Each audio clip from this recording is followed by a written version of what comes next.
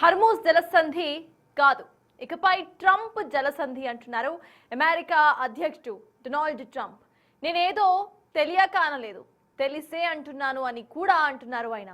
అయితే దీని వెనక కథ వేరే ఉన్నట్టు తెలుస్తోంది. హర్మూజ్ ను అమెరికా, ఇరాన్ కలిసి నిర్వహిస్తాయి అంటూ స్టేట్మెంట్ కూడా ఇస్తున్నారు ఆయన. మరి నిజంగానే ఆ అవకాశం కనిపిస్తోందా? ఆ అవకాశాన్ని ఇరాన్ అసలు ఇవ్వబోతోందా? అసలు హర్మూజ్ ను అమెరికా స్వాధీనం చేసుకోగలుగుతుందా?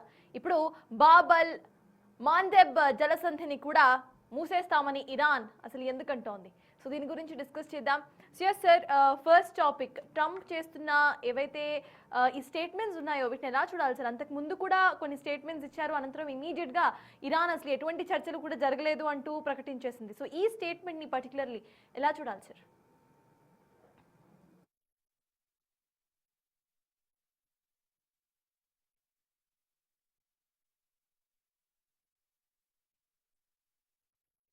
సో క్యూబా ప్రెసిడెంట్ గా మార్కో రుబియో ఉంటాడు అన్నాడు. సుప్రీం లీడర్ గా ఇరాన్ సుప్రీం లీడర్ గా తనను ఉండమని ఇరాన్ వాళ్ళు అడుగుతున్నారన్నాడు. అది సుప్రీం లీడర్ అంటే అది రిలీజియస్ లీడర్, అంటే ప్రాక్టీసింగ్ క్రిస్టియన్ అయిన డొనాల్డ్ ట్రంప్ షియా ఇస్లాం కు నాయకుడు అవుతాడట. అదేమన్నా లాజిక్ ఉందా ఏమన్నా? సో ఇలా ప్రపంచానికి మొత్తానికి నేనే అధినేత అని ట్రంప్ మాట్లాడుతుంటాడు. ఇప్పుడు ఏకంగా మీకు ఈ స్టేట్ ఆఫ్ హర్మూజ్ జలసంధిని స్టేట్ ఆఫ్ ట్రంప్ జలసంధి అని పిలుస్తున్నాడు. గల్ఫ్ ఆఫ్ మెక్సికోను గల్ఫ్ ఆఫ్ అమెరికాగా పేరు మార్చుకుంటున్నా అని ప్రకటించాడు. అప్పుడు మెక్సికో ప్రైమ్ మినిస్టర్ స్టేట్మెంట్ ఇచ్చాడు. యునైటెడ్ స్టేట్స్ ఆఫ్ అమెరికాను యునైటెడ్ స్టేట్స్ ఆఫ్ మెక్సికో అందాం, వాట్ ఏ బ్యూటిఫుల్ నేమ్ అన్నది ఆమె. సో ఇలా ట్రంప్ నోటికొచ్చినట్టు మాట్లాడుతూ ఉంటాడు. గ్రీన్లాండ్ ను అమెరికాలో కలుపుకుంటానన్నాడు. So that's how the Trump behave. కానీ ట్రంప్ దాని పేరు మార్చుకున్నంత మాత్రాన, దానికి అమెరికా ఇరాన్లు కలిసి నిర్వహిస్తాయని ప్రకటించుకున్నంత మాత్రాన స్టేట్ ఆఫ్ హర్మూజ్ యొక్క ఫిజికల్ స్టేటస్ మారదు కదా. స్టేట్ ఆఫ్ హర్మూజ్ ఎక్కడుంది? అది ఇరాన్ కు ఒమన్ కు మధ్య ఉన్న stretch of narrow stretch of water. So అమెరికాకి ఏ సంబంధం, ట్రంప్కి ఏ సంబంధం? సో అమెజాన్ నది, అమెరికాలో మిసిసిపి నది ఉంది. ఆ మిసిసిపి నదిని నేను ఇరాన్ నదిగా మారుస్తా, టెహరాన్ రివర్ అనిగా మారుస్తా ఒప్పుకుంటాను. సో లాజిక్ లేని మాట్లాడింది. ఇక స్టేట్ ఆఫ్ హర్మూజ్ ని ఇరాన్ బ్లాక్ చేసి ఇప్పటికీ 1 month అయిపోయింది. మరి ఇప్పటి వరకు రియల్లీ 1 month, వార్ మొదలై 1 month అయింది. ఆల్మోస్ట్ వార్ మొదలైన కొంతకాలానికే స్టేట్ ఆఫ్ హర్మూజ్ ఇరాన్ మూసి, ఇప్పటి వరకు ఇరాన్ స్టేట్ ఆఫ్ హర్మూజ్ ను మూసివేయడం వల్ల గ్లోబల్ ఎనర్జీ సప్లై అంతరాయం ఏర్పడి భారీగా గ్లోబల్ ఎనర్జీ ప్రైసెస్ పెరిగాయి. ఇంతవరకు స్టేట్ ఆఫ్ హర్మూజ్ ద్వారా బలప్రయోగం, యూజ్ ఆఫ్ ఫోర్స్ ఉపయోగించి అమెరికా ఒక్క షిప్ నన్న బయటికి తీసిందా? ఇంతవరకు తీయలే కదా. ఇప్పటికీ అమెరికా దాని మిత్ర దేశాల షిప్స్ స్టేట్ ఆఫ్ హర్మూజ్ ద్వారా పాస్ కావడం లేదు.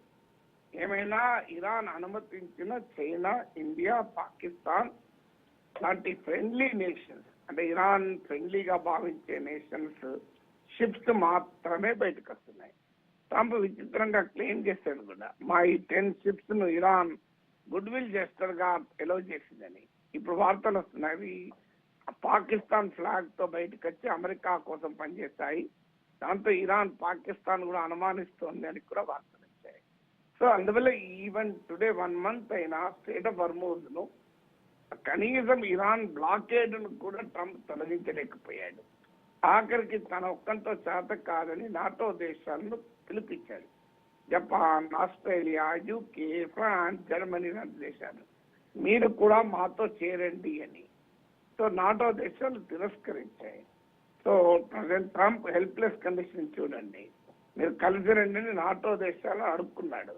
నాటో దేశాలు అంగీకరించలేదు. ఇప్పుడు ఆప్షన్ ఏంటి? నేను స్టేట్ ఆఫ్ హర్మూజ్ క్యాప్చర్ చేసుకుంటా అని మాట్లాడుతున్నాడు. బట్ ఇది దాని కొరకు ఒక 10,000 బలగాలను మీకు ఇరాన్ వైపుగా పంపిస్తున్నాడు. దాంతో ఇరాన్ స్టేట్ ఆఫ్ హర్మూజ్ నే కాదు, బాబల్ మండబ్ కూడా నేను క్యాప్చర్ చేసుకుంటా, మేము ఆపేస్తామంటున్నాడు. బాబల్ మండబ్ ఏంటంటే రెడ్ సీ నుంచి, రెడ్ సీకున్న లింక్ అది. సో మండబ్ ఏంటంటే రెడ్ సీకున్న లింక్ అది. సో ఇక్కడ ద్వారా నీకు గ్లోబల్ ట్రేడ్లోనే మీకు 12%, అంటే అంతర్జాతీయ వాణిజ్యంలో 12% ఈ రెడ్ సీలోని బాబెల్ మండప్ ద్వారా ప్రయాణం చేస్తుంది. మీకు గుర్తుండే ఉంటుంది, హమాస్ పైన ఇజ్రాయిల్ దాడులు చేస్తున్న సమయంలో హమాస్కు మద్దతుగా హూతీలు ఈ రెడ్ సీలోని బాబెల్ మండప్ను మూసేశారు. సో ఇప్పటికీ హూతీలు ప్రకటించున్నారు, మేము ఇరాన్కు మద్దతుగా మేము రంగంలో దిగుతాము అని. వాళ్ళు ఇప్పటి వరకు దిగలేదు. కారణం, అవసరం వచ్చినప్పుడు వారు మరింత సీరియస్ అయితే దిగుదామని ఆగారు. ఇప్పుడు ఇరాన్ ఇచ్చిన అల్టిమేటం బాబెల్ మండప్ కూడా మూస్తాము అంటే తమ మిత్రులైనటువంటి హూతీల ద్వారా రెడ్ సీని కూడా బ్లాక్ చేస్తామని. అదే జరిగితే ప్రపంచ ట్రేడే తలకిందులైపోతుంది. మీకు straight of Hormuz America military attack చేస్తే ఇరాన్ చేసే రిటాలియేషన్ ఏంటి అంటే రెడ్ సీని క్లోజ్ చేయడం. సో అమెరికా కేవలం స్ట్రేట్ ఆఫ్ హర్మూజ్ దగ్గరే కాదు, రెడ్ సీలో కూడా పోరాడాల్సి ఉంటుంది. సో అందువల్ల యువతీలు కూడా రంగంలో దిగుతారు అని ఇరాన్ పాయింట్. అంటే ఇరాన్ స్ట్రేట్ ఆఫ్ హర్మూజ్కు ఎంత ప్రాధాన్యతనిస్తుందో అర్థం కావాలి. దాంతోపాటు స్ట్రేట్ ఆఫ్ హర్మూజ్ను విడిపించాలి, ఫ్రీ చేయాలి అంటే ఖచ్చితంగా గ్రౌండ్ ఇన్వేషన్ చేయాల్సి ఉంటుంది. లేకపోతే సాధ్యమయ్యే పని కాదు, అక్కడున్న జాగ్రఫీ టోపోగ్రఫీ లాగా. మరి గ్రౌండ్ ఇన్వేషన్ అంటే ఇరాన్లోని ఐలాండ్స్ను క్యాప్చర్ చేసుకోవాలి. ముఖ్యంగా అబూ ముసా ఐలాండ్, లరక్ ఐలాండ్, ఇలా straight of Hormuz western entrance దగ్గర ఉంది అబూ ముసా ఐలాండ్. లరక్ ఐలాండ్ కూడా మీకు లరక్ ఐలాండ్ను ఆధారంగా చేసుకొని ఇరాన్ స్ట్రేట్ ఆఫ్ హర్మూజ్ పైన ఒక కన్నేసి ఉండగలుగుతుంది. ఇలాంటి స్ట్రాటజిక్ ఇంపార్టెన్స్ ఉన్న ఐలాండ్స్, వ్యూహాత్మక ప్రాధాన్యత ఉన్న దీవుల్ని అమెరికా క్యాప్చర్ చేయాలి. అందుకొరకే గ్రౌండ్ ఫోర్సెస్, అందుకే గ్రౌండ్ ఇన్వేషన్కు బలగాలు పంపిస్తుంది అని అంటున్నారు. అదే జరిగితే రెడ్ సీని మూసేయడమే కాదు, మరింత భీకర యుద్ధానికి Iran సిద్ధపడుతుంది.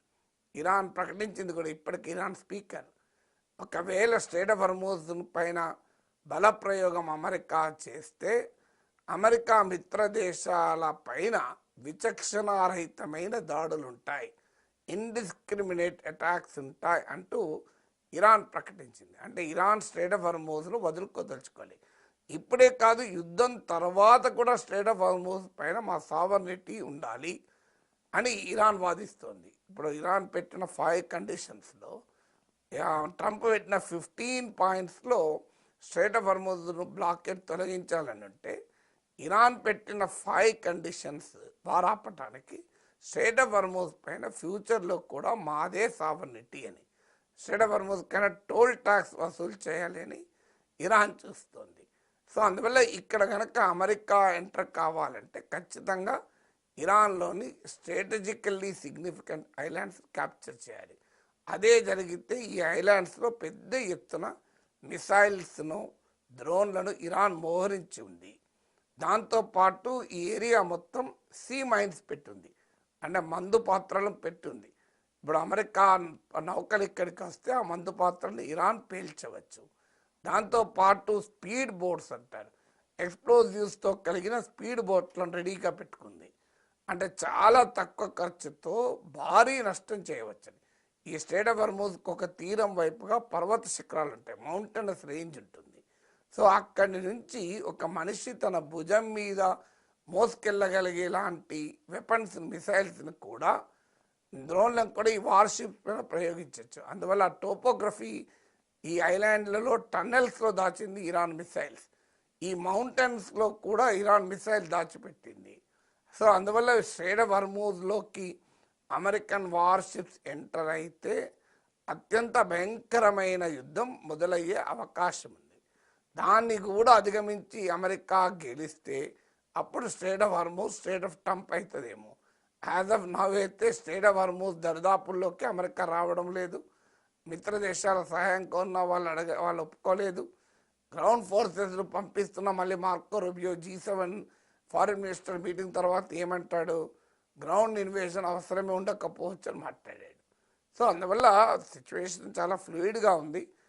Straight of హర్మూజ్ను America capture చేసుకొని తాను వెనుజులా ఆయిల్ కంట్రోల్ చేసినట్టుగా స్ట్రైట్ ఆఫ్ హార్మోజ్ను కంట్రోల్ చేయడం మామూలు విషయం కాదు.